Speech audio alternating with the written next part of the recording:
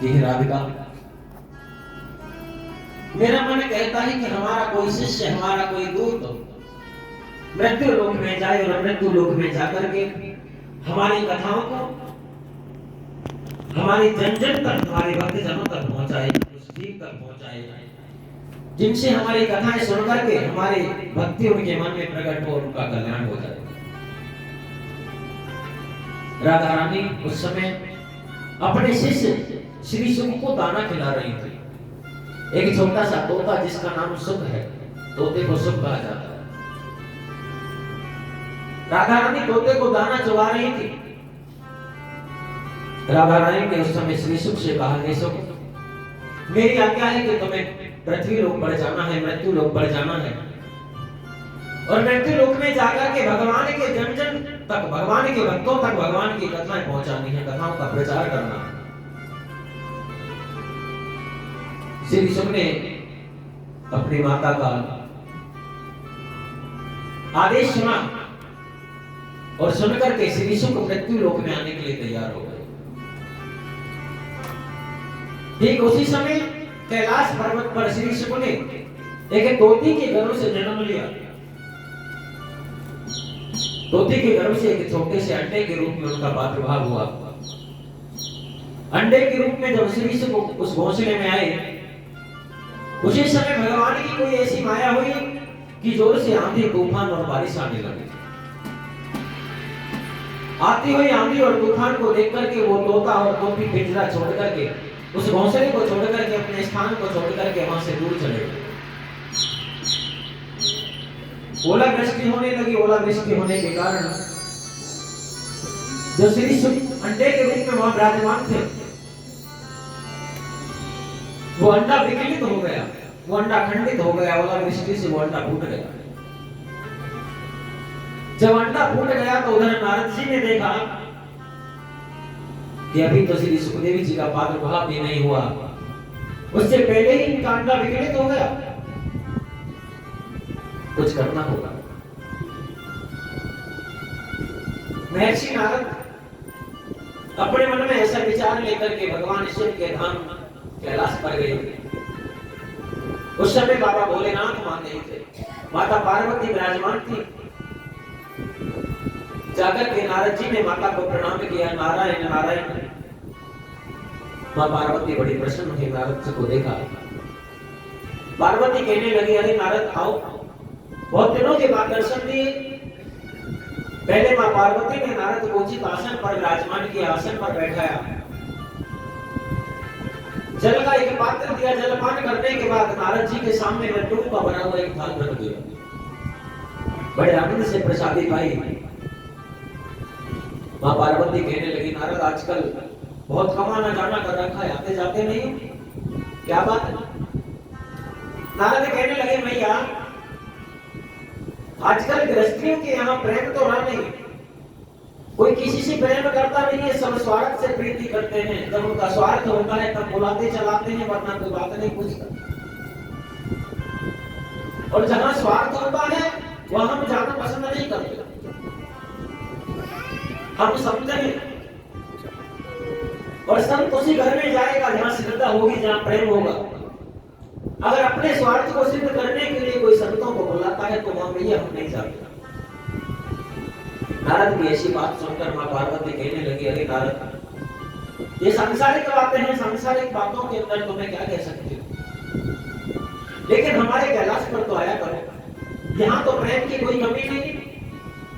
हमारे कैलाश पर तो अथाह प्रेम है, बाबा भोलेनाथ भी हमसे बहुत ज्यादा प्रेम करते हैं।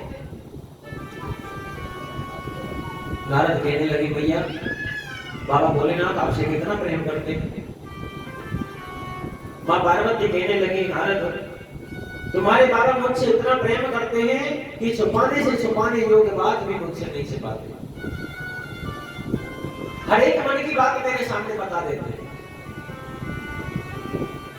और तो और जो सबसे ज्यादा छुपाने योग्य बात होती है, जो गुरु कान में मंत्र बताता है, वो मंत्र भी भगवान ने मुझसे नहीं छुपाया, मुझे आकर बता दिया। नारद ने मां पार्वती की बातों को सुना, मन में विचार किया कि अच्छा समय है। तो मां पार्वती से कहने लगी, अरे भैया वास्तव में भोले बाबा तुमसे इतना प्रेम करते हैं तो उन्होंने तुम्हें बताया होगा कि वो गले में जो मुंडों की माला पहनते हैं उस माला में किसके मुंड लगे। मां पार्वती कहने लगी नारद नहीं, ये बात तो बाबा ने मुझे नहीं बताई और मैंने कभी पूछी भी नहीं।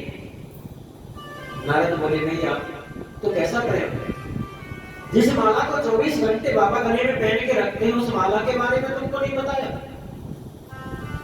मां पार्वती कहने लगी नारद कोई बात नहीं, आज आने दो, तुम्हारे बाबा को आज पूछ लेती हूँ, ये तो छोटी सी बात है।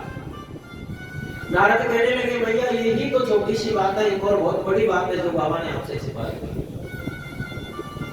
बोली क्या? नारद ने कहा भैया सबसे बड़ी बात यह है कि भोले बाबा की तुम पहली पत्नी नहीं हो, उनके पहले भी कई विवाह हो चुके हैं, ये बात बाबा ने आज तक तुमसे छिपा के रखी। वो कैसा प्रेम करते हैं? भैया कहने लगी अच्छा नारद ये बात है, आज आने दो, तुम्हारे बाबा को आज उनकी खबर लेती हूँ। नारद वहां से अपना काम करके चले गए।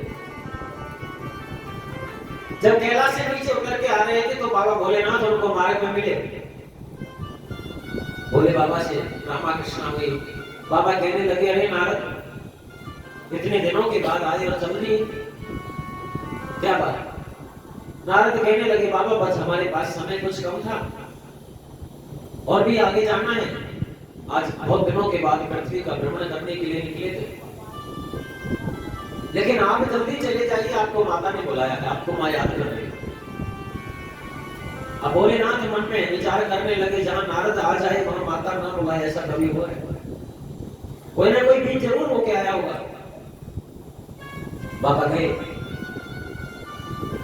और जाकर के आश्रम के बाहर से जैसी आवाज लगाई, और दिन जब भोलेनाथ आश्रम में आते थे तो मां पार्वती बाहर निकल करके आती थी बाबा के स्वागत के लिए, दरवाजे पर जल का लोटा लेकर खड़े होते थे, लेकिन आज वहां मां पार्वती दिखाई नहीं दी। भोलेनाथ समझ गए कि कोई ना कोई बात है, अंदर गए और जाकर के देखा तो मां पार्वती आश्रम के कोने में रूठी हुई बैठी। भोलेनाथ समझ गए नारद कुछ ना कुछ बात जरूर कह के गया है, कोई बीज बो के गया है। अच्छा भोले बाबा के कैलाश पर आश्रम बना हुआ है, महल तो थे नहीं। पहले के जमाने में जब बड़े बड़े महाराज लोग महल बनवाते थे ना, तो उस महल में एक कमरा देवियों के रुकने के लिए अलग से बनाया जाता था। उस कमरे के ऊपर लिखा होता था कोप भवन, यानी कोप भवन में अगर देवी जी चली गई तो समझो रोड नहीं बनाना पड़ा। अब बाबा गए जाकर के पूछने लगे गोरा क्या बात है, आज उदास लग रही हो, तबीयत तो ठीक है? भैया बोली हाँ बाबा तबीयत बिल्कुल ठीक है। बाबा ने सोचा कुछ अकमनी सी बातें कर रही है। बाबा भोलेनाथ कहने लगे अरे गणेश कार्तिक नहीं दिखाई दे रहे, कहां है? अब हमारी माताएं जैसे क्रोध अवस्था में बोलती है ना पतियों से, ऐसे मैया ने कहा कि हमें कहा तो तुम जानो, तुम्हारे बालक जाने तुम कहां जाओ। बाबा पूछने लगे अरे गौरा कोई बात है, कोई आया था? भैया बोली हाँ आया था, नारद आया था। अच्छा नारद आया था, क्या बात है, नाराज क्यों? भैया पार्वती कहने लगी बाबा तुम जितने बाहर से काले दिखाई देते हो ना इतने अंदर से भी काले। बोले बाबा बोले अरे अंदर से काला तो वो होता है जो कपट करता है, हमने तुमसे कौन सा कपट किया? भैया बोले बाबा कपट नहीं तो क्या है? जिस मुंडों की माला को तुम 24 घंटे अपने गले में रखते हो उसके बारे में तुमने आज तक हमें नहीं बताया कि उसमें किसके मुंड लगे। बाबा कहने लगे अरे पार्वती इतनी छोटी सी बात में क्रोधित हो गई, अरे तुमने कभी पूछा नहीं, हमने कभी बताया नहीं, हम बता देंगे। मैया बोली ये तो छोटी सी बात है और बहुत बड़ी बात है, भला हो उस नारद का जो समय रहते मुझे बता दे। और कौन सी बात है देखिए बाबा तुमने मुझे आज तक ये नहीं बताया कि पहले भी तुम्हारे कई विवाह हो चुके हैं, मैं तुम्हारी पहली पत्नी नहीं हूं।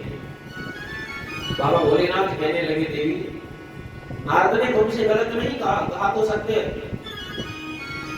कि मेरे विवाह कई हो चुके हैं, लेकिन आधा सत्य बताया, पूरा सत्य नहीं बताया। मैया बोली पूरा सत्य क्या है वो तुम बताओ। बाबा कहने लगे देवी पूरा सत्य ये है कि मेरे आज तक जितने विवाह हुए हैं सब तुम्हारे साथ हुए। किसी योग में तुम परांपा बन करके आते हो, किसी में अंबिका बन कर आते हो, किसी में अष्टभुजी बन कर आते हो, किसी में काली कपालिनी भद्रकाली चामुंडा, कभी सती, इस बार पार्वती बन करके आई, कभी रक्त वर्ण में आती हो, कभी श्वेत वर्ण में आती हो, कभी गौर वर्ण में आती हो, कभी श्याम वर्ण में आती हो। लेकिन जब भी तुम यहाँ अवतार लेकर के आती हो तो हर बार तुम्हारा विवाह मेरे साथ होगा। और जितनी बार भी तुम अपने देह का त्याग करती हो उतनी बार तुम्हारी याद में तुम्हारे मुंड को मैं माला में पिरोकर के गले में धारण कर लेता हूँ। मैं तुमसे इतना प्रेम करता हूँ और तुम कहती हो कि तुम कपटी हो। मैया कहने लगी तब तो और ज्यादा कपटी हो। बोले बाबा बोले अब कहा हो देवी। मैया कहने लगी सबसे बड़ी बात तुमने कपट की ये करी कि मैं बार बार मरती हूँ और तुम ऐसे कैसे बैठे हो, तुम मरते नहीं। तुमने ऐसा क्या खाया? मैं बार बार मरती हूँ, बार बार जन्म लेती हूँ और तुम ऐसे कैसे बने बैठे हो? तुमने ऐसी कौन सी जड़ी बूटी खाई और मुझको क्यों नहीं खिलाई? बाबा कहने लगे देवी मैंने भगवान राम कृष्ण की अमर कथा को पान किया, अमर कथा को श्रवण किया है, उसे हृदय में धारण किया है, इसलिए उस कथा को सुनने के बाद मैं अमर हो चुका हूं। मेरी मृत्यु नहीं होती और तुम बार बार जन्म लेती हो, बार बार देह का त्याग करती हो, बार बार मरती हो। मैया पार्वती कहने लगी बाबा तुमने हमें अमर कथा क्यों नहीं सुनाई? भगवान भोलेनाथ कहने लगे पार्वती तुम्हें अमर कथा इसलिए नहीं सुनाई क्योंकि अमर कथा गोपनीय रखी जाती है, छुपाने योग्य बात है। और तुम स्त्रियों के मन में इतनी जगह नहीं होती, तुम्हारे पेट में कोई बात बचती नहीं। तुम्हारी कोई सहेली आकर के दो आंसू अगर छोटे मोटे तुम्हारे सामने निकाले तो तुम उसको पेट की सारी बातें बता देते हो। इसलिए मैंने तुम्हें अमर कथा नहीं सुनाई। अब तो भैया पार्वती जिद करने लगी बाबा चाहे कुछ भी हो जाए अब तो हमें अमर कथा सुननी है। भोले बाबा कहने लगे देवी अमर कथा तो मैं सुना दूंगा लेकिन कुछ शर्त है। एक शर्त तो यह है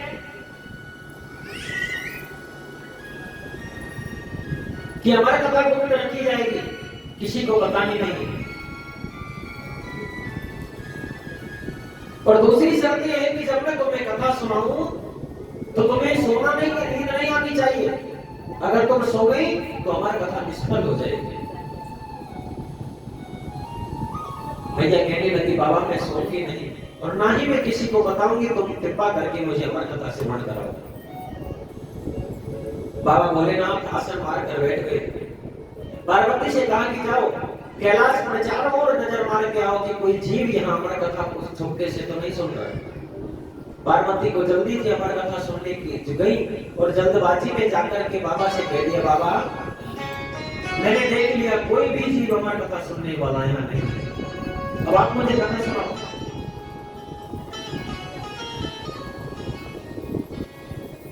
भैया हाथ जोड़ करके आसन लगा करके बाबा के चरणों में बैठी, बड़ी श्रद्धा के साथ मैया बैठी। बाबा कहने लगे देखी मैं तुझे अमर कथा को सुनाऊं, लेकिन अमर कथा सुनाते सुनाते मेरी आंखें बंद हो जाती।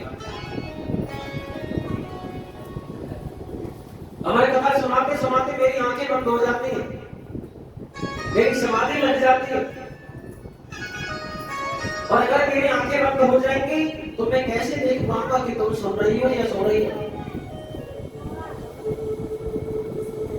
बाबा कहने लगे भैया ये पार्वती जब मैं अमर कथा सुनाऊं तो तुम बीच में पुकारे की आवाज करते रहना, पुकारे बढ़ते रहना ताकि मुझे पता चल जाए कि तुम जाग रही हो और कथा सुन रही हो। अब यहाँ कौन कौन सो रहा है कोई आस पड़ोस में तुम्हारे? ध्यान देना कोई नहीं सो रहा, क्योंकि हमारे कथा के समय बिल्कुल सोना नहीं होता है, बहुत बड़ा पाप लगता है। और चोरी से भी हमारी कथा को नहीं सुनना होता, उसका भी बहुत बड़ा पाप लगता है। हम आपको बताएंगे कि कितना बड़ा पाप लगता है। तो बाबा भोलेनाथ आसन लगा करके बैठ गए और माँ पार्वती चरणों में विराजमान है। बोले बाबा कथा सुनाने लगे। आइए बड़े आनंद के साथ सभी भक्त हमारा कथा दर्शन में चलते हैं और दर्शन करते हैं। गिर पर गिर जा के सखी शिव जी बैठे आसन पर। ये अमर कथा श्री राम कृष्ण की सुना नहीं त्रिपुरार उमा के पड़ गई सोता। जय हो उमा के पड़ गई सोता।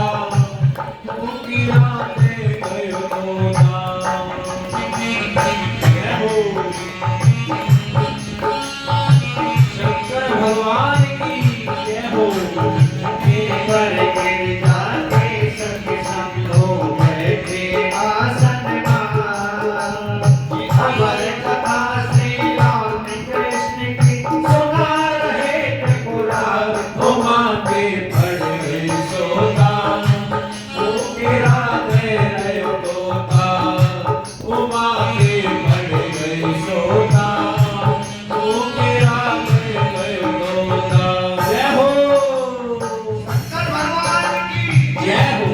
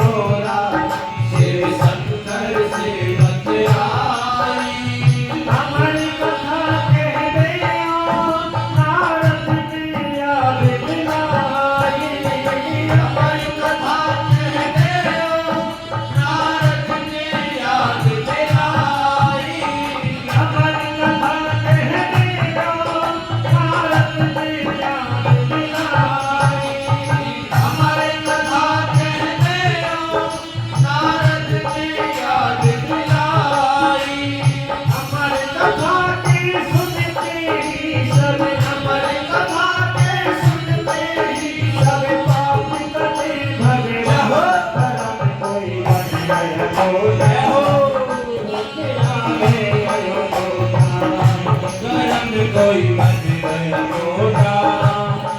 गिरा गया मोटा। गिर पर गिर जाके संग संभो बैठे आसन बता के राम सुना रहे त्रिपुरार उमा के पड़ गई सोता। गिरा गया मोटा। उमा के पड़ गई सोता।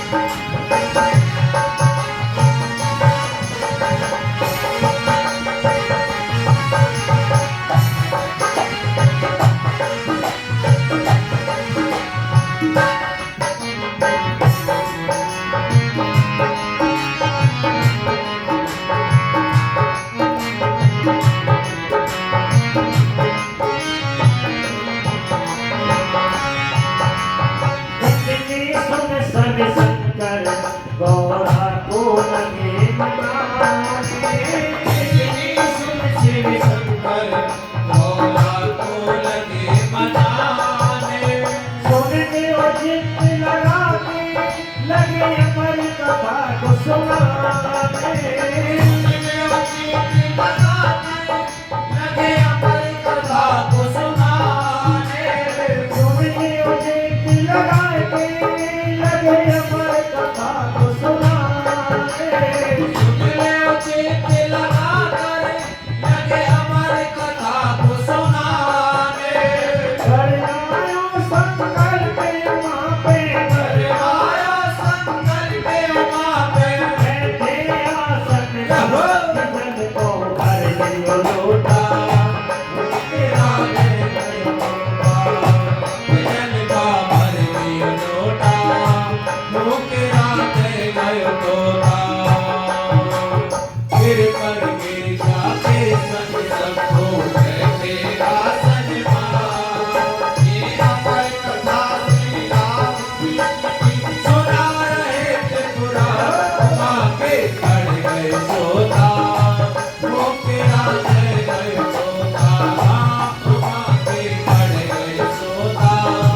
वो तेरा गए सोता। शंकर भगवान की जय हो।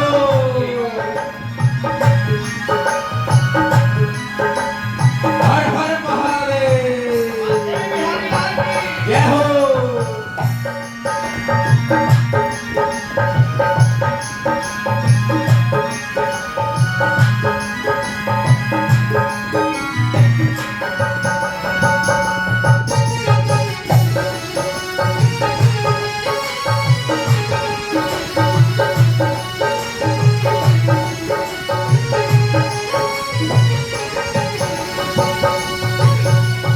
अमर कथा पूर्ण हुई, शिव जी ने पूछा कैसे। अमर कथा पूरी हुई। शिव जी ने पूछा कैसे। अमर कथा कैसी है, कहो गौरा रानी कैसे। अमर कथा कैसी है कहूँ गौरा रानी कैसे। अमर कथा कैसी है, कहो गौरा रानी कैसे। अमर कथा कैसी है कहूँ गौरा रानी कैसे। देखा शिव जी ने मुड़ कर लो, देखा शिव जी ने मुड़ कर लो। सो रही नींद में रहो। रही तोता वो तेरा गए तोता। नींद में गए तोता। वो तेरा गए तोता। गिर पर गिर जाके संग सबको बैठे आसन मां। ये अमर कथा श्री राम की सुना रहे राधे। मां के चढ़ गए सोता। वो तेरा गए तोता। मां के चढ़ गए सोता। वो तेरा गए तोता। शंकर भगवान की जय हो।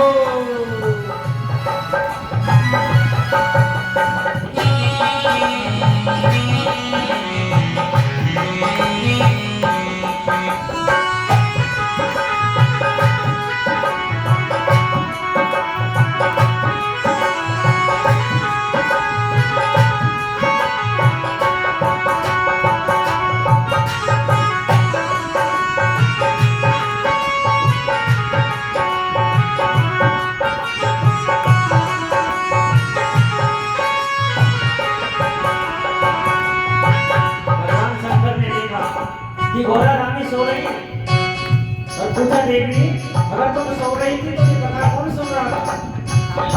जैसे ही शिव जी ने पीछे नजर घुमाई तो देखा कि वृक्ष के घोंसले में एक छोटा सा तोते का बालक बैठा है और वो रो रहा है, आंखों से आंसू बह रहे हैं।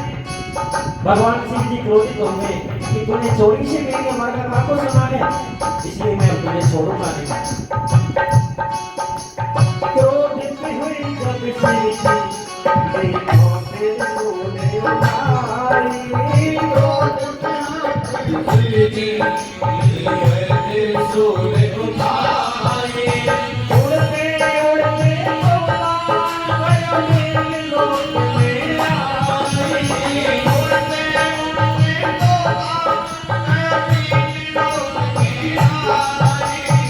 उड़ते उड़ते तोता गयो देवलोक में आई। उड़ते उड़ते तोता गयो स्वर्गलोक में आई। अब नहीं प्राण बचेंगे मेरे, अब नहीं प्राण बचेंगे मेरे। नाराज हुए भगवान के सुध मुझ भूलो होता। उमा के गढ़ सोता के सुध मुझ भूलो तोता। उमा के गढ़ सोता।